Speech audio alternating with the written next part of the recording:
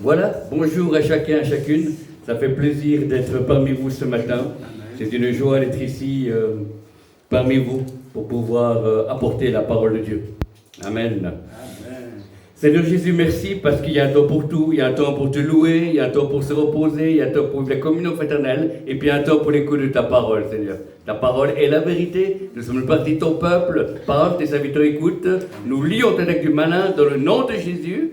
Nous amenons toute pensée captive à la puissance de la parole de Dieu et nous proclamons dans ce lieu que là où l'Esprit du Seigneur, là est la liberté. Amen. Dans le nom de Jésus, Amen. Amen. Alors j'ai la joie de prêcher la parole aujourd'hui en me mettant devant le Seigneur pour savoir qu'est-ce qu'il fallait amener.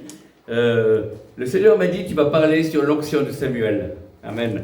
Le titre du message s'intitule l'onction de Samuel. Amen. On va parler un peu du Samuel. Samuel, c'est un prophète. Un prophète, mais pas n'importe quel prophète, c'est un prophète et le dernier des juges en Israël. Amen. Samuel est un enfant qui est né parce que Dieu l'a voulu. Anne, sa maman, a prié dans le temple parce qu'elle était stérile. Et finalement, Dieu s'est souvenu de Anne et il a permis que Samuel existe. Samuel est à la fois, il est prophète et le dernier juge qu'il y avait en Israël. Et Samuel a eu le privilège de oindre deux rois d'Israël. Le premier, c'est Saül, et le deuxième, c'est le roi David. Samuel est également un prophète, instructeur. Il est dit, il y a une école de prophètes. Hein, il est parlé dans la Bible. Les écoles de prophètes, ça existait à l'époque. Et Samuel était avec les prophètes et les voyants. Amen. Alors, 1 Samuel 9, verset 9. Alors, 1 Samuel 9, verset 9. Autrefois, en Israël, quand on allait consulter Dieu, on disait « Venez, allons aux voyants, car celui qu'on appelle aujourd'hui le prophète s'appelait autrefois le voyant. » Amen. Amen. Alors, l'onction de Samuel, c'est un homme. Au premier point, c'est un modèle qui s'est mis en marche. Amen. Nous devons être des modèles, les uns pour les autres, pour les nouveaux convertis, pour ceux qui avancent. Nous devons être des modèles. Être un modèle, c'est pas être parfait. Être un modèle, c'est quelqu'un qui vit la parole. Amen. On peut être un modèle dans le monde du travail, dans le monde professionnel, à l'école. Exactement, amen. Mais un modèle, c'est pas quelqu'un qui est parfait, mais c'est quelqu'un qui agit, quelqu'un qui s'est mis en marche. Et c'est pour ça que un homme de Dieu, l'apôtre Paul, nous dira de 1 Corinthiens 11, verset 1. On va aller dans le Nouveau Testament. 1 Corinthiens 1. 1 Corinthiens 11, verset 1. Soyez mes imitateurs comme je suis moi-même de Christ. 1 Corinthiens 11, 1. Soyez mes imitateurs comme je le suis moi-même de Christ. On ne peut donner que ce que l'on a. Si on n'a pas reçu d'amour, on ne peut pas donner l'amour. Si on n'a pas reçu le pardon, on ne peut pas donner le pardon. Si on n'est pas né de nouveau, on ne peut pas parler convenablement des choses de Dieu et de la Bible. Amen. On ne peut pas aller plus loin que là où on en est personnellement. Amen. Donc être un modèle, c'est quelqu'un qui s'est mis en marche. Et mis en marche de sa marche chrétienne, nous qui sommes dans le Nouveau Testament, mais également en marche dans notre service pour Dieu. Amen. Amen. Nous avons tous des choses à vivre, nous avons tous un appel à répondre, nous avons tous une mission, la plus belle, c'est de connaître toujours plus Jésus. Amen. De connaître toujours plus le merveilleux Saint-Esprit, de connaître toujours plus le Père éternel.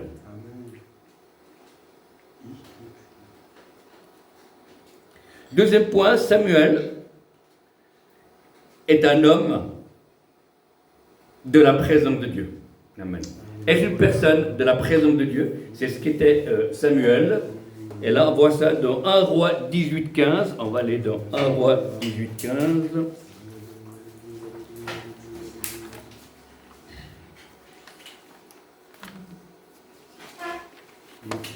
1 Roi 18, 15. L'Éternel, mais Élie dit, excusez-moi, l'Éternel des armées dont je suis le serviteur est vivant. Aujourd'hui, je me présenterai devant Akab. Être de la présence de Dieu, c'est qu'il a contact avec Dieu. Il n'est pas été comme ça vers Akab et dire « Ah, c'est une bonne idée hein, d'aller lui parler ce matin. Je ne sais pas quoi faire. » Non, parce qu'il est en contact avec le Seigneur et Dieu lui a donné des instructions. Amen. Être une personne de la présence de Dieu. Parce qu'on peut servir Dieu d'une manière religieuse au bout d'un moment, parce qu'on arrête de prier, on arrête de lire la Bible, on n'a plus la foi, mais on peut quand même, avec nos propres forces, apporter certains éléments, mais ça restera peu d'effet. Mais si on est dans la présence de Dieu et qu'on est rafraîchi par sa présence, on est rempli par sa vie, on est rempli de son esprit, on peut partager des choses du cœur de Dieu. Amen. Amen, amen, amen. Samuel, le prophète Samuel il y a deux fois, il apparaît dans le Nouveau Testament. Une des fois, c'est dans Hébreux 11. Les héros de la foi, Hébreux 11. Il y a toute une liste et il y a Samuel. Amen. Pourquoi? Parce que c'est un homme qui a marché par la foi et c'est vraiment un héros de la foi. Et il a été fidèle dans son service pour Dieu du début jusqu'à la fin. Même tout petit, il était tombé aucune parole à terre. Amen. Il voulait apprendre à écouter la voix de Dieu. Dans un endroit où il y avait Élie, et il y avait un temps où les sacrificatures étaient difficiles, la parole de Dieu était rare, nous dira la Bible, à cette période-là, et pourtant, quand il dit Samuel, Samuel, puis quand c'était Élie qui l'appelle, il se lève et non, et il dit, Élie lui dit, dis, parle, ton serviteur écoute. Amen. Ouais. Et c'est ce que nous devons dire, parle, ton serviteur écoute, puis le Seigneur nous parle. Amen. Samuel est consacré à l'Éternel. Sa maman l'a amené au temple, l'a donné, et chaque année, elle amenait un habit. Chaque année, parce qu'il grandissait. Amen. Il grandissait physiquement, mais aussi spirituellement. Et c'est vraiment une bénédiction pour Israël.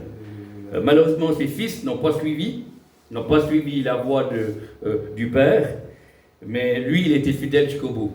Et là, on voit également dans le monde évangélique, et c'est vrai que les merveilleux prédicateurs ont parfois leurs enfants qui ne sont pas encore à l'Éternel. Amen. Mais qu'ils sont, nous proclamons. Amen. Au nom de Jésus, amen. Amen. J'aimais beaucoup ce que disait Carlos Payan. Il ne disait pas vos enfants ne sont pas encore convertis. Il disait ils préparent leur témoignage. Amen. Être une personne de la présence de Dieu. Et c'est quelque chose qu'il ne faut pas perdre. Perdre la présence de Dieu, c'est quelque chose de plus important.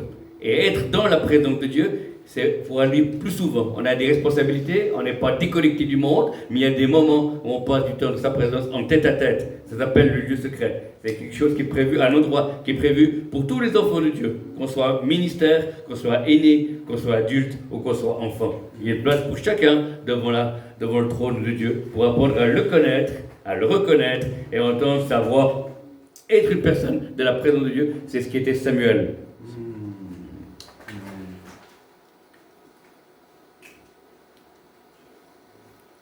Ensuite, le troisième point, être une personne qui porte le cœur de Dieu et sa révélation.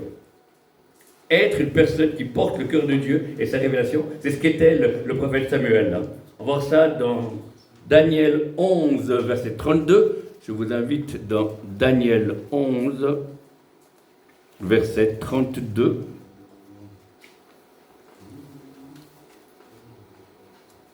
Mais ceux du peuple qui connaîtront leur Dieu agiront avec fermeté, et les plus sages parmi eux donneront instruction à la multitude. Amen.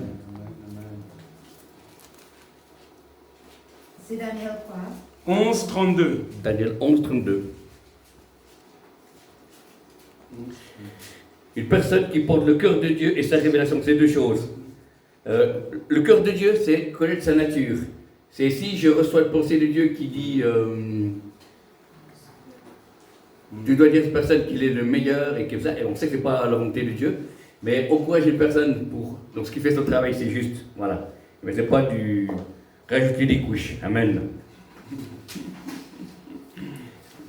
La révélation de Dieu. C'est-à-dire que Dieu nous donne des révélations. Les révélations, c'est quelque chose qui existe mais qu'on ne voit pas. Et tout d'un coup, tac, on comprend, on voit et on peut donner ce qu'on voit dans l'esprit. Amen. Parce que Dieu est un Dieu de communication, Dieu est un Dieu de vie, Dieu est un Dieu de victoire, Dieu est un Dieu d'éternité, Dieu est un Dieu de sainteté, Dieu est un Dieu d'ancienneté comme il est ancien, mais à la fois il est présent jusqu'à la fin du monde. Amen. Amen. Il veut qu'on puisse avoir le cœur de Dieu et avoir la révélation de Dieu. David était un homme selon le cœur de Dieu. Parce que Dieu dit de David, voici David, un homme selon mon cœur, qui fera toutes mes instructions. Amen. Pas seulement une chose, mais qui fera toutes les instructions. Et pourtant David, il a fait des erreurs, il a péché gravement, il a eu des moquements. Mais la grâce de Dieu était là, et par la repentance, il a pu se relever. Et ça nous encourage, nous, qui sommes les chrétiens de la fin des temps, de pouvoir aussi passer par des temps de repentance, où parfois nous nous trompons, ou dans des choses graves ou moins graves. Mais nous avons besoin de nous repentir et de cesser le péché, de détourner et revenir à l'Éternel. Amen. Amen. Parce qu'on peut facilement perdre la présence de Dieu, mais on peut facilement la retrouver. Ça, c'est la bonne nouvelle. Amen. On peut facilement perdre la présence de Dieu, mais on peut facilement la retrouver. Amen. Dès que je perds la présence de Dieu, je dis qu'est-ce que j'ai dit, qu'est-ce que j'ai fait, et aussitôt je demande pardon à Dieu, et le Saint-Esprit revient. Amen. C'est comme si avec le téléphone, puis il n'y a pas de Wi-Fi, on se déplace. Et bien de même, quand on n'a plus de Wi-Fi du ciel, et ben on se déplace, on sait qu'on a péché, parce que le Wi-Fi du ciel, il est toujours permanent, il est toujours là. Amen. Là Amen. où je suis, là est Dieu. Là où Dieu est, là je suis. Amen. Alléluia. Amen. Et nous sommes des hommes et des femmes qui ne suivons pas les traditions, mais qui suivons la voix de Dieu et qui suivons la parole de Dieu. Amen. La parole de Dieu par les révélations et la parole de Dieu écrite. Amen. Quelle est belle cette loi. David dira dans le psaume 79, ta loi fait mon bonheur. Amen. Je sers ta parole afin de ne pas pécher contre toi. Amen. C'est bon de pouvoir être un prophète. Un prophète, c'est quelqu'un qui aime la parole de Dieu. Et il n'y a pas de problème pour un prophète de savoir que Dieu est tout puissant. Dieu à la fois est saint, redoutable, mais également loin à la colère, plein de bonté et riche en miséricorde. Amen. Et avoir l'onction de Samuel, c'est vraiment cette onction qu'il faut comprendre. C'est une onction de prophète en premier, mais également de formateur. Alléluia, amen. Et nous sommes tous appelés à pouvoir former d'autres, pas forcément dans la prophétie, mais former d'autres. On est appelé à donner ce que l'on a. Amen. Plus on donne, plus Dieu nous redonne. Amen. Et si on se vide, ben Dieu nous remplit de nouveau. Parce que pour être rempli, il faut être vidé. Amen. Il faut faire de la place. Amen. Et plus je donne de l'esprit, plus je donne des choses spirituelles, plus le Seigneur me remplit. C'est lui qui arrose les autres et lui-même arrosé. Amen.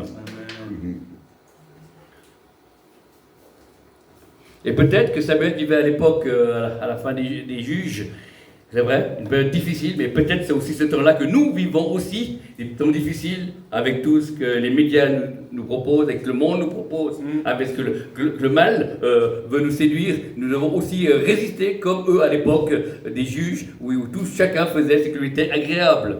Mais Dieu ne nous a pas appelés à cela, il nous a appelés à pouvoir nous élever vers lui, à pouvoir le connaître, le Dieu véritable et vrai. Amen. Car la crainte de l'Éternel est le commencement de la sagesse. Et comme Samuel, nous devons être aussi capables de se former. Amen. Se former au pied de Dieu. Et un vrai prophète peut-il se tromper ou il ne se trompe jamais? Un vrai prophète peut se tromper. On a la preuve, Samuel s'est trompé une fois. Quand il est rentré chez le fils d'Isaïe, il a dit, le roi que tu as choisi, ça doit être le premier. Celui qui est beau, celui qui est baraqué, celui qui est musclé. Et puis, Dieu lui dira, non, l'homme regarde à l'apparence, mais moi, je regarde au cœur. Amen. Amen. Voyez. Donc là, une preuve qu'on peut voir que même un véritable prophète peut se tromper, mais ça ne fait pas lui un faux prophète. Amen. Voilà. Pour revenir à un exemple contemporain, voilà. Je vais vous parler de Mbappé, le footballeur. Voilà. Ben, la seule fois qu'il a joué une des fois qu'il a joué contre la Suisse, et la Suisse a gagné. À l'époque, il avait loupé un penalty contre la Suisse, et la Suisse avait gagné. Voilà, pour vous dire, mais ça ne fait pas d'Mbappé un mauvais joueur. C'est un merveilleux buteur, et c'est un homme dans l'art du football qui est vraiment excellent. Il a vraiment de la réussite, c'est un bon buteur. Mais c'est parce qu'il a raté une fois, ce n'est plus un buteur. La même chose que notre prophète Samuel, il s'est trompé, mais ça ne veut pas lui un faux prophète. Parce qu'il était fidèle à Dieu tout le temps. Amen. Les Amen. Écritures disent qu'il était fidèle à Dieu tout le temps. Amen. Amen. Et le travail du prophète Samuel, c'est avant tout de ne pas prophétiser, mais d'être un intercesseur. Amen. D'être un intercesseur, d'être une personne qui est dans la présence de Dieu. Pour intercéder pour le peuple, pour les besoins particuliers. Pour intercéder, c'est se mettre entre, c'est plaider comme un avocat. Seigneur, je demande pardon pour ce frère qui vit encore dans le péché parce qu'il n'y a pas longtemps qu'il est né de nouveau, il veut qu'il se dégage de ces choses. Ou pardon, Seigneur, pour les erreurs que nous avons faites dans l'Église, nous avons mal géré cette situation, etc. Amen. Reconnaître, amen. L'humilité précède la gloire, l'orgueil précède la chute. Humiliez-vous sous la main puissante de Dieu qui vous élèvera au temps convenable. Amen. Amen. Et c'est bon de pouvoir laisser le Seigneur qui travaille dans la vie de chacun d'entre nous. Amen. Amen. Nous voyons que le présent, et parfois nous sommes bloqués à ce que nous voyons et ressentons. Mais comme Dieu, il est dans le passé, dans le présent et dans le futur, lui, il n'est pas perdu. Il donne une parole prophétique maintenant, aujourd'hui, mais ça peut être très bien une parole prophétique qui concerne le passé, ou qui concerne le présent, ou qui concerne le futur. Parce que Dieu, il est l'alpha et l'oméga, il est le commencement et la fin, il n'a ni fin ni commencement, il est merveilleux, il est digne de louange, et nous avons le privilège de lui parler, et de Amen. pouvoir l'écouter, Amen. d'apprendre à l'écouter, toujours plus. Amen. Amen. Alléluia. Amen. Amen. Et l'importance de revenir aussi à la parole. Amen. La foi vient de ce que l'on entend, et que l'on vient de la parole de Dieu. Et c'est bien de pouvoir retourner dans les Écritures, de pouvoir rester, avoir un cœur dans les Écritures, et un cœur de la révélation. Amen. Il y a ceux qui veulent que des révélations, il y a que les Écritures et pas la révélation. Non, l'équilibre, c'est la révélation et les Écritures. Amen. L'homme ne vivra pas de pain seulement, mais de toute parole qui sortira de la bouche de Dieu. Amen. Ça peut être la révélation ou la parole de Dieu écrite. Amen. Et c'est pour ça, heureux le peuple qui n'a pas de révélation, il obéit à la loi. Amen. S'il n'y a pas de révélation, on doit obéir à la parole écrite. Amen. C'est pour ça qu'il faut la lire et la relire. Moi, je la lis dans plusieurs versions. Voilà. Comme je ne sais pas le grec et l'hébreu, je la lis dans plusieurs versions francophones et je me régale. Amen. Amen. Voilà.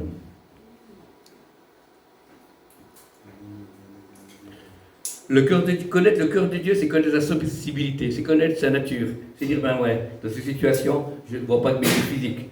Dieu voit les motivations, Dieu voit les cœurs, ils sont les pensées, le cœur et les reins. Amen. Vous savez que l'ennemi ne peut pas avoir de nos pensées, il y a seulement le Seigneur qui voit de nos pensées. Amen. Amen, amen. Le diable connaît nos faiblesses, connaît nos péchés, connaît ce qui nous fera tomber, connaît des choses qui sont négatives, même des choses de notre passé qui veut nous remettre à la figure, qui ont été pardonnées, mais il ne connaît pas ce qu'on pense. Amen. Quand on parle, il nous entend, mais c'est pour ça que le Seigneur, dans sa sagesse, a donné le don du parler en langue des anges, ou quand on loue Dieu ou intercède en langue, eh ben le diable ne comprend pas. Amen. Alléluia. Gloire à Dieu. Amen. C'est comme une ligne rouge, une ligne sécurisée. On Amen. peut parler avec le Père, le Fils et le Saint-Esprit, quelles que soient les situations où nous sommes. Amen. Amen. Et l'apôtre de Paul je parle en langue plus que vous tous. Amen. C'est-à-dire qu'en parlant en langue, on donne des mystères, on raconte des choses que l'esprit humain ne comprend pas, mais en même temps, ça amène des choses spirituelles qui a bougé dans nos vies personnelles. Amen. Amen. Amen. Parler en langue, c'est comme un delta, et puis le souffle de Dieu vient nous élever. Nous élever pas au-dessus des autres, mais nous élever de la présence de Dieu, pour pouvoir être proche de lui. Amen. Amen. Heureux le peuple dont l'Éternel est Dieu, nous dira la parole de Dieu. Amen. Et c'est pour ça qu'il faut apprendre à avoir être proche du cœur de Dieu. Amen. Et le but du prophète Samuel, c'est de former des prophètes pour qu'ils entendent la voix de Dieu, qu'ils puissent intercéder. Et finalement, c'est intéressant de voir qu'aucun de ces prophètes qu'il a formés n'est vraiment sorti du lot, à part Élisée, qui était là, qui voulait plus que les autres. Il était très proche. Élie et Élisée, ils sont très proches l'un et l'autre. C'est pour ça que, donc, des écoles de prophètes, il y en avait aussi à l'époque d'Élisée et d'Élie. Mais c'est Élisée qui a pu reprendre le manteau et pas les autres prophètes. Ils sont restés sur l'autre rive, seul. Élisée a traversé et il a ramassé le manteau. Il a dit char de feu et de cavalerie. Il a tapé avec le manteau le Jourdain. Le Jourdain s'est partagé en deux et il a pu rentrer. Et les gens disent l'esprit d'Élie est sur Élisée. Il a fait le même miracle. Amen. Voilà. Un autre homme, la même onction. C'est pour ça qu'il y a l'onction de Samuel. Voilà. C'est une onction pour former des pasteurs, des prophètes, pardon, pour écouter la voix de Dieu. C'est vraiment intéressant cette onction. Il faut qu'elle revienne dans l'église. Amen. Alléluia. Il faut qu'il revienne aussi des vrais authentiques prophètes, aussi des gens qui ont des dons de prophétie, une onction prophétique, puisqu'il y a 3 niveaux, tout le monde peut entendre la voix de Dieu, c'est le premier point. Deuxième niveau, il y a des gens qui ont le don de prophétie, c'est-à-dire qu'on a des exhortés des filles console. L'autre niveau, le troisième, c'est l'onction prophétique, où il y a plusieurs dons de l'esprit qui se mettent en marche. Et le quatrième, c'est le ministère de prophète. Amen. Voilà. Et on peut aller plus loin, aussi loin que Dieu peut mettre de ces 4 niveaux. Amen. Puisque nous sommes tous appelés à prophétiser. Amen. Pas forcément devant des foules, on peut prophétiser sur son épouse, ses enfants, on peut prophétiser dans le groupe de prière, dans l'église locale et dans des conventions. Amen. Souvent les portes que Dieu nous a. Mais nous devons nous mettre en marche, nous devons pas arrêter. Beaucoup de personnes ont commencé, en même temps que moi, à prophétiser à différents endroits, en Suisse romande, et au bout d'un moment, ils sont arrêtés. Moi, j'ai continué, j'ai persévéré, et j'ai continué, et je suis là aujourd'hui. Amen. Les autres, ils sont arrêtés trop vite. On va dire que c'est fichu, non? Ils peuvent revenir, je vois qu'il y a la grâce de Dieu. Mais il ne faut pas arrêter, il faut continuer. Le prophétique, la prophétie est un exercice par lequel, c'est en faisant qu'on est à la fois formé et que l'on donne. Amen. Au début, c'est pas précis, mais après, ça va de plus en plus précis. Et on va de gloire en gloire. Et nous sommes des canaux qui amenons la révélation, qui amenons l'amour de Dieu. Nous sommes un portail du ciel où l'Esprit de Dieu peut passer au travers de nous pour communiquer la vie dans le nom de Dieu. Et ce matin, je vais t'appeler, as-tu la vie? As-tu la vie de Christ? Non, je n'ai pas dit, connais-tu des versets? Je dis, as-tu la vie? As-tu cette puissance de Dieu, cette puissance de résurrection? As-tu ce contact avec le Messie? Es-tu loin chaque matin? Soit tu es loin de Dieu, ou soit tu es loin de Dieu. Hein? Amen. Choisis ton camp, camarade. Amen. Mais nous ne sommes pas ceux qui se retirent pour périr, nous sommes ceux qui avons la foi pour sauver nos âmes. Et nous voulons être animés d'un autre esprit, d'avoir l'esprit de Samuel, et des prophètes, de pouvoir être des hommes et des femmes qui avancent à contre-courant. Où tout le monde dit oui, nous on dit non.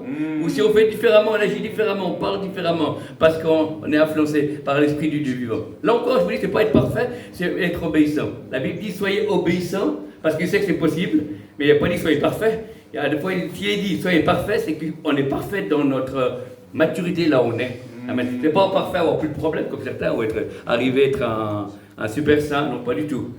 C'est être parfait, comme un enfant qui a 5 ans, ben il est parfait, donc l'âge de 5 ans, à son niveau, à sa maturité, et il va grandir, et c'est cela. Soyez parfait, comme votre Père Céleste est parfait. Amen. Et nous devons pouvoir nous rapprocher de lui, pouvoir se laisser aimer, pouvoir avoir un contact vivant avec lui, pour qu'il nous partage ses secrets. Amen.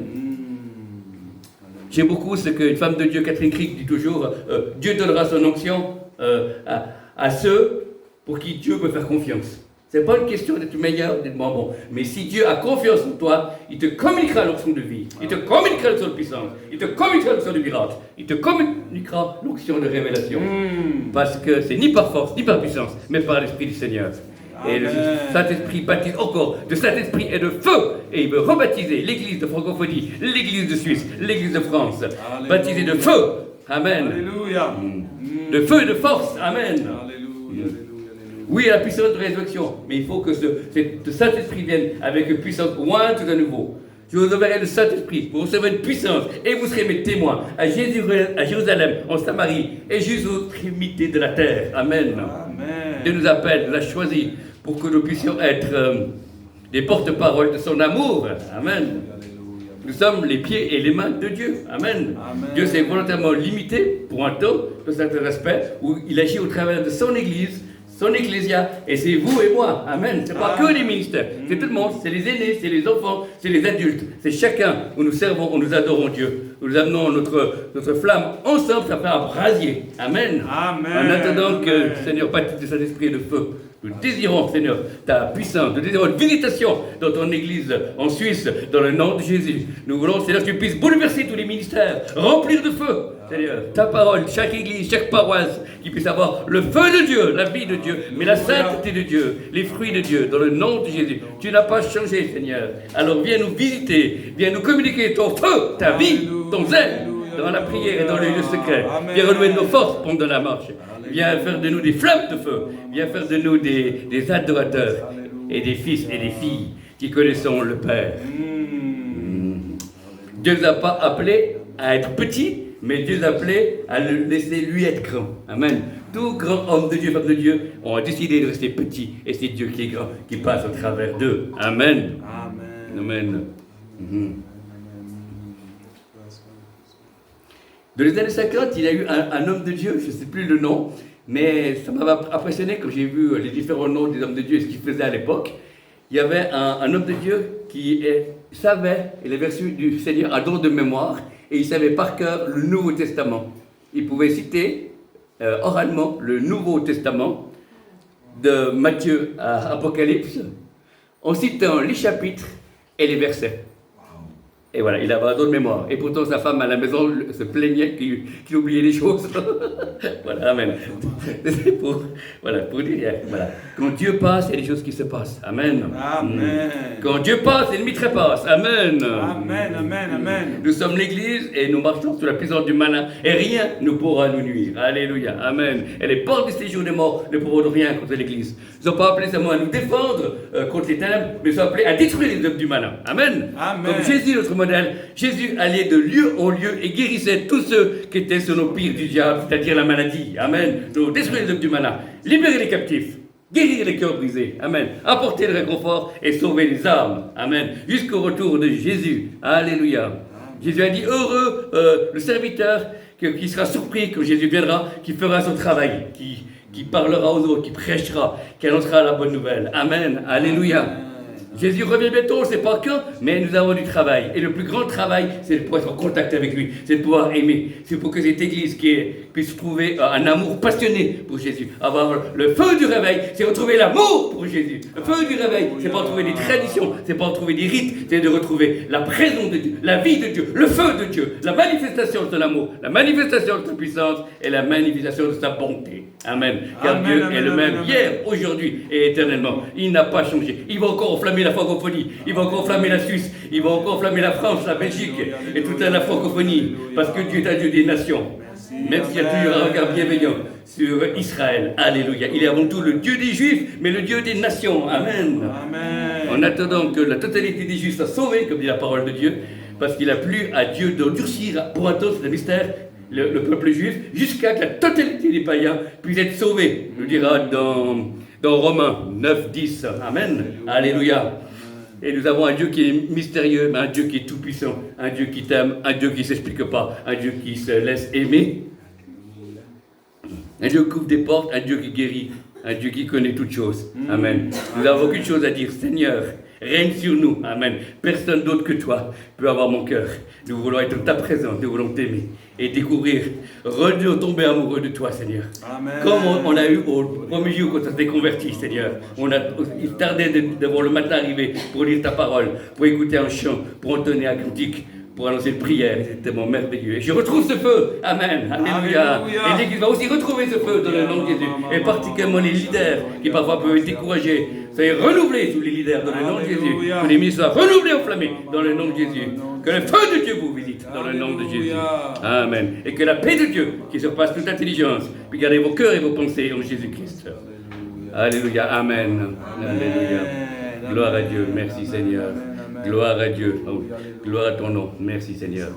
Seigneur, merci de bénir ces assemblées dans le nom de Jésus. Merci de répandre ta gloire, ta joie et ta paix dans le nom de Jésus. Ni par force ni par puissance. Au nom de Jésus. Amen et Amen. Amen. Amen. Amen. Amen.